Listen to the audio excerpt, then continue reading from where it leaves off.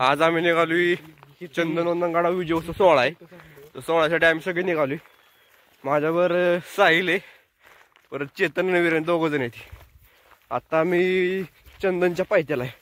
असंच आता तिरका आम्ही वंदनगडाला जाणार आहे. तिथं विजयोत्सव सोहळा तिथं पोरं दिसते ती तुम्हाला बॅक कॅमेराने दाखवतो.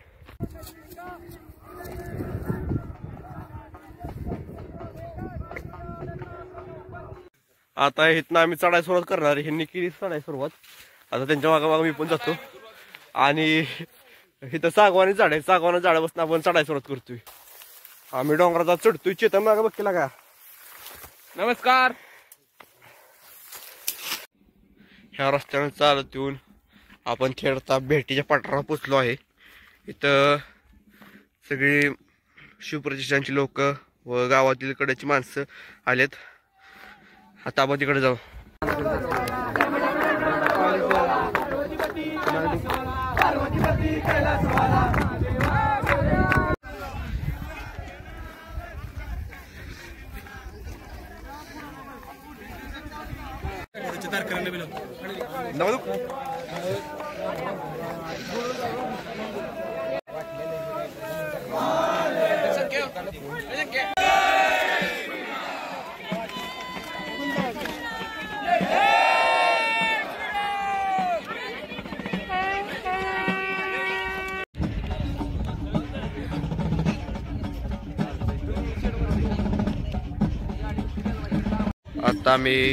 आता आम्ही भेटीच्या पठारावर आहे. आणि तर दोन्ही पालकांची भेट चालली आहे. झेंडा नाचवायची चालली ती.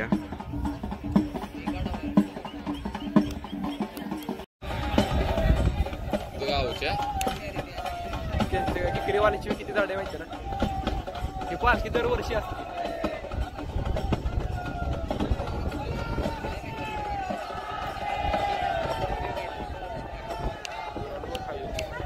पालखीची भेट झाली. काडकी बाबा नीट बोलायला येऊ देते की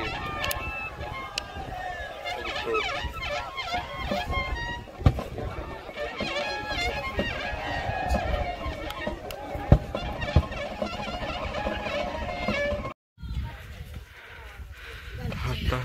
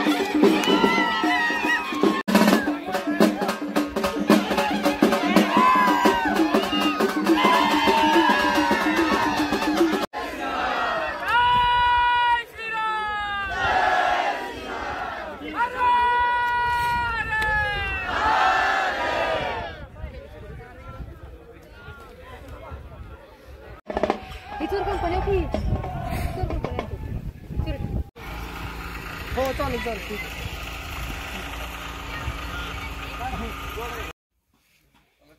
पुढल्या वर्षी तू येस हात लावलाय खाल्ल्यावर मी पहिला मी घेतलंय मी.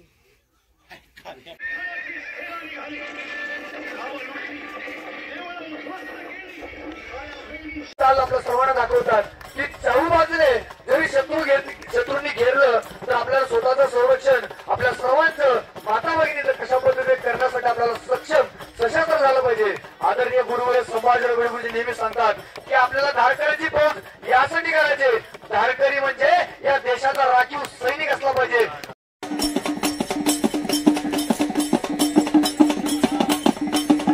याच प्रकारच्या अक्षयदादा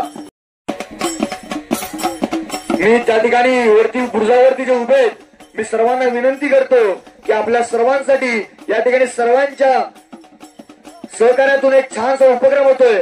आपण सर्वांनी इकडे तिकडे न भटकता या ठिकाणी कार्यक्रमाच्या ठिकाणी यायचंय. तुम्हाला बाजी काका पाहायला भेटतील, एसाजी काका पाहायला भेटेल, तानाजी काका पाहायला भेटतील. आपण सर्वांनी इथे या ठिकाणी हा जो दांडपट्टा पाहतोय ना, या दांडपट्ट्यावर आपल्या सर्वांनी एक आठवण नक्कीच होईल की आपल्या इतिहासामध्ये वाचलं तर पण एक ऐकतो, होता जीवा म्हणून वाचला शिवा. होय, कालच्या दिवशीच प्रत्यक्षात प्रतापगडच्या पायथ्यावरती जो 32 दाताचा बोकड कापला, तो जिहादी बोकड ज्यावेळेस कापला त्याच दिवशी आपल्या कोरेगाव वाई प्रांतामध्ये या ठिकाणी आले होते. म्हणून आजचा विजय उत्सव आपण साजरा करतोय.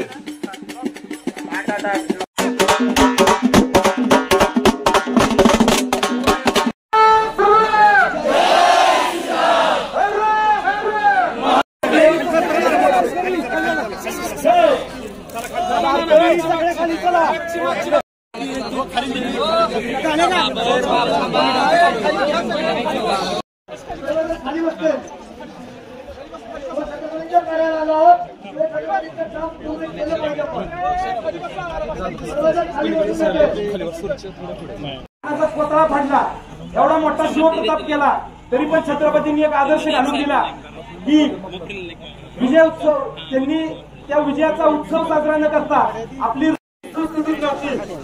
आज सगळ्या वस्तू सुस्थितीत आहेत.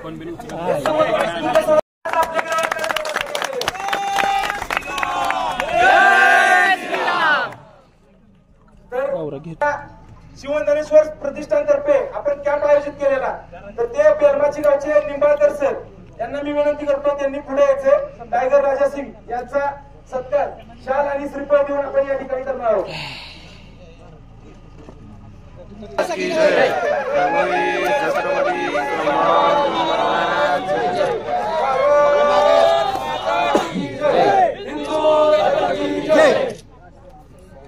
और हमारे हिंदू हृदय सम्राट जो महाराष्ट्र के हमारे मुख्यमंत्री एकनाथ शिंदे जी से निवेदन करना चाहूंगा कि महाराष्ट्र में छत्रपति शिवाजी महाराज ने युद्ध कर करके मुगलों को जवाब दे देकर इन लांडों को भगा भगा कर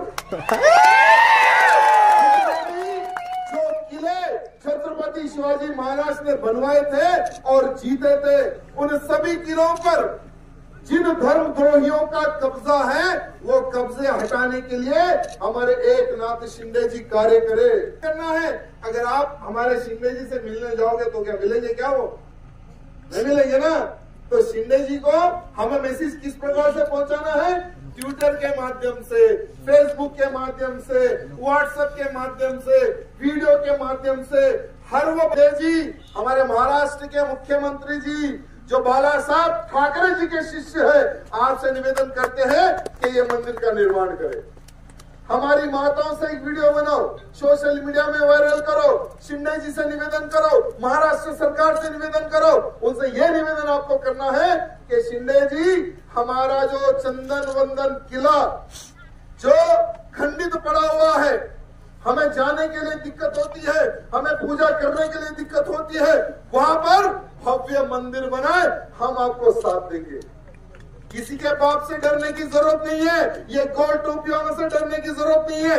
ये हमारे शिंदे जी को बताने की आवश्यकता है. आज क्या ये लोग हर सभा में, हर रैली में सभी हिंदूवादियों का एक ही एक नारा था, एक निवेदन था कि गौ हत्या पर प्रतिबंध लगे, लव जिहादियों के ऊपर एक्शन हो और लैंड जिहाद पर जो भी काम करता है उन पर एक्शन हो. लेकिन इन पे क्यों कार्रवाई नहीं हो रही है, मुझे ये समझ में नहीं आ रहा है. साथ ही साथ मैं आप सबको यही कहने के लिए आज यहाँ पर आया हूँ कि हमें संगठित होकर कार्य करना है.